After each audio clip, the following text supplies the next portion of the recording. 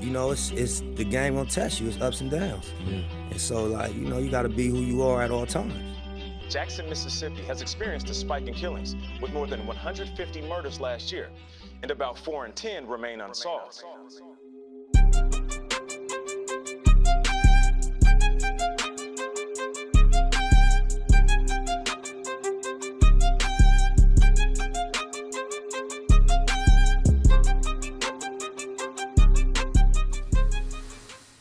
What's up, everybody?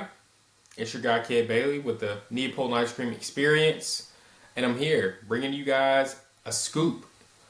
In regards to the topic today, I wanted to talk more about work-life balance and time management. And so I'll bring you guys 5 tips today that help me, in regards to my time management and work-life balance. I don't mind saying this. My wife's pregnant right now, so I'm about to have a second. Got an 8 to 5, 40-hour week job, as well as creating content for this, as well as, extracurricular things like golf or basketball on the side, video games, or just hanging out with friends locally or hanging out with family. And so I have a lot going on, a lot of things in the works, a lot of moving parts. And so I wanted to bring you guys a few tips that have helped me in regards to efficiency and just making sure things are in line and organized. And so, tip number 1,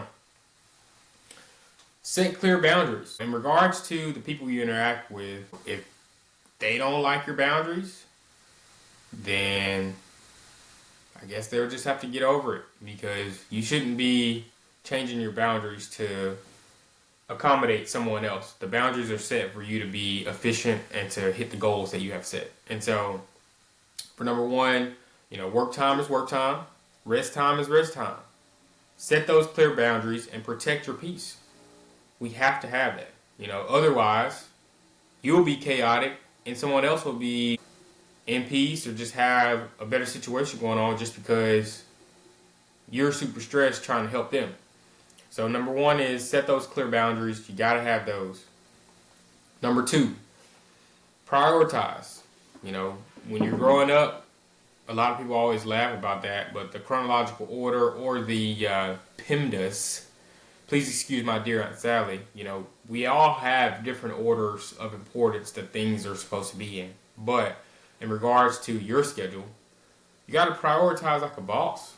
Not everything needs your energy. You need to focus on what's important and what actually moves the needle on what you're working on.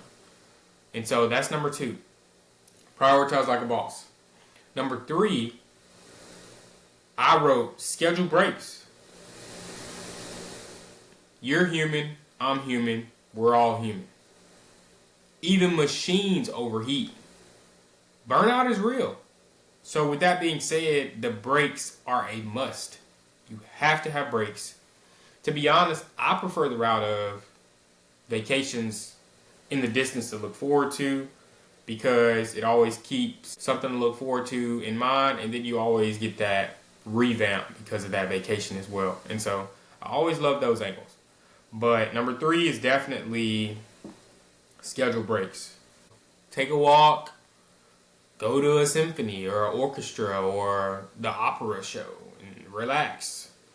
Or go finger painting or go to an art museum to see some paintings or anything. Schedule that break and go do it. It could be something as simple as just sitting down and breathing in a quiet room where you want to meditate. But overall, the breaks are necessary. You need to have those in order to stay efficient and focused. And so that's number 3. Schedule those breaks. They're very important. Number 4, I would say, is going to definitely be saying no and not feeling guilt when saying no. And that could be about anything. But don't overcommit to things draining your energy. Your time is gold. Treat it as such.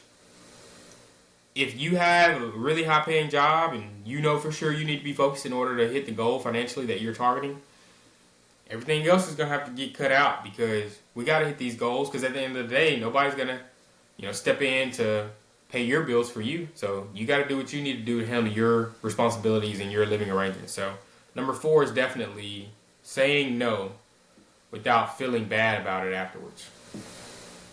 And then number 5,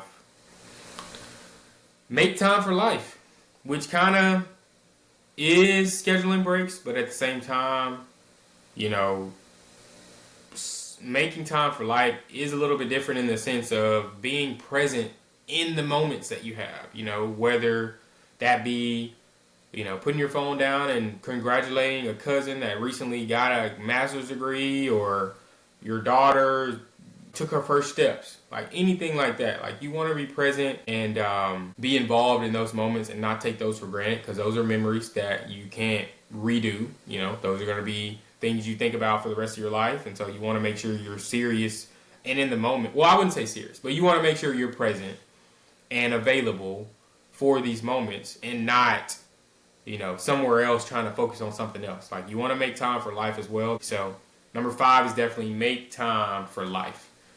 There's a lot of things, you know, if you have a partner, girlfriend, boyfriend, wife, like, you know, they're doing things too that you need to get out and spend time with them as well. So those type of situations. Lastly, I would say work-life balance is what you make it.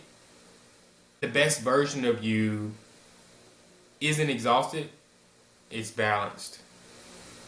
So use these tips to help balance out everything you got going on. If they help, they help. If they don't, it's completely fine. You know, it's not for every single person, but I do think this will help someone because it's helped me. Overall, that's all I got for you guys today. Really appreciate y'all tuning in. Hit that like or subscribe button, and we'll catch y'all next time. Peace.